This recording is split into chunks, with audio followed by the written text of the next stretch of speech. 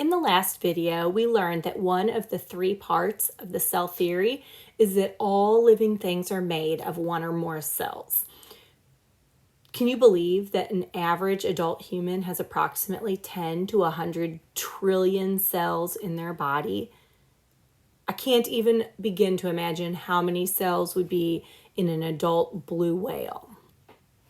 So cells, especially in a multicellular organism like a human, have many different sizes and shapes depending on their job in the organism.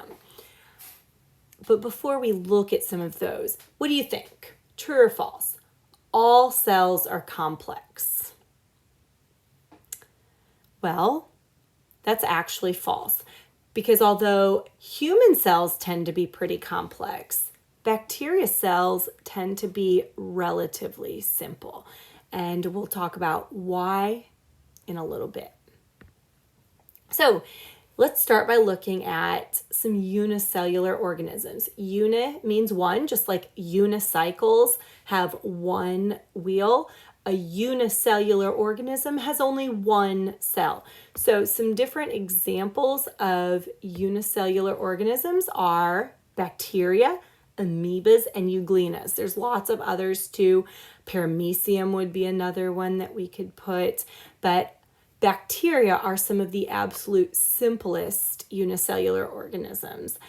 Amoeba and euglenas are a bit more complex, and we'll look at that in Unit 2 when we study the parts of a cell.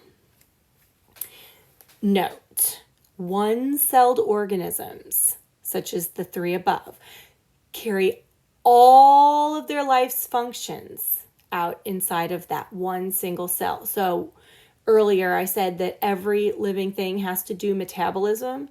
Well, these organisms do all of the eating, digesting, metabolizing in that one cell. Reproduction happens with that one cell. All life functions happen inside that one cell. Other organisms are multicellular, made of more than one cell. Humans are a great example that we think of regularly. All animals are multicellular. Most plants are multicellular. And most fungi are multicellular organisms. As all of these things evolved, a hierarchy of organization developed, which we will look at in terms of the organization of an individual organism. But let's look at bacteria and viruses first. Bacteria are one of the simplest living things on Earth. Bacteria are unicellular organisms. They're microscopic, meaning you cannot see them without a microscope, and they are everywhere. It might gross you out to know they're in the air you breathe, they're on your skin, they're inside your bodies right now, they're in the dirt, in the ground, and they are all throughout nature. They do not have all the little tiny organelles inside of them that animal cells have, but they do have a couple structures that plant cells have, such as a cell wall. Now, I just said that you have bacteria all over your body on the outside and the inside. But good to know, most bacteria are not dangerous. Some, though, can make us very sick. These bacteria that make you sick are called pathogens. Pathogens can cause diseases in animals and plants. Some examples of pathogens that you may have heard of are the bacteria that cause food poisoning, pneumonia, and strep throat. Now, viruses. Viruses can also make you sick, but viruses are not actually living things.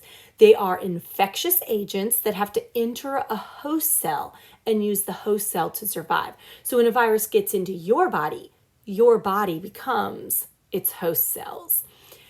They don't have a cell structure like living things do. Viruses do have DNA like cells, but they cannot reproduce by themselves. They have to have a host cell to reproduce.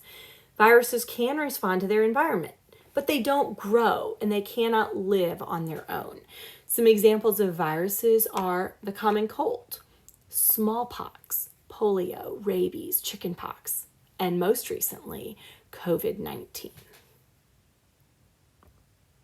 So let's just do a compare and contrast between bacteria and viruses.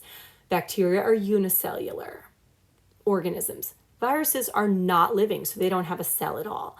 Bacteria are able to live on their own, but viruses require a host cell to reproduce and continue. I'm putting in quotes living because they're not really living. Bacteria have simple organelles, the structures inside of cells. Viruses don't have any organelles because they don't have cells.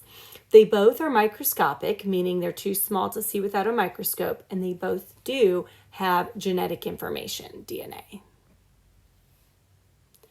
Okay, let's watch a quick video on unicellular and multicellular organisms.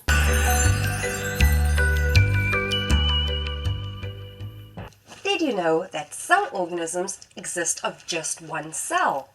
These simple organisms, like amoeba, are unicellular. They depend on simple diffusion for life. They are usually too small to be visible with the naked eye, like bacteria, and so we need a microscope to see them. But there are some unicellular algae that are about 15 to 20 centimeters in size. All other organisms are multicellular. They consist of multiple cells and are more complex. The vast majority of plants and animals are multicellular. Being multicellular allows the organisms to be larger and have cell differentiation. So different types of cells to carry out different tasks. Groups of cells then function in the same way to form tissues or organs. These specialized organs carry out our life processes, working together in systems. Unicellular organisms can carry out all life processes in just the one cell, using internal structures called organelles.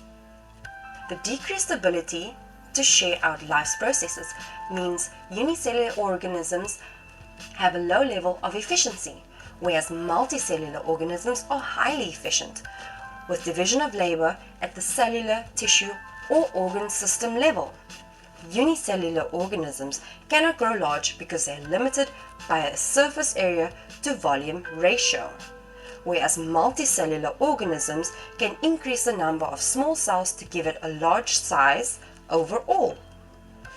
Multicellular organisms have long lifespans because individual cells have a relatively small workload, whereas the hard-working single cell of a unicellular organism has such a heavy workload that it can only maintain a very short lifespan.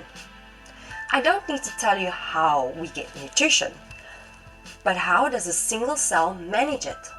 Usually by phagocytosis, where the food is engulfed and then stored in food vacuoles inside the organism. All prokaryotes are unicellular. Eukaryotes can be uni or multicellular organisms. We look at the difference between pro and eukaryotes in this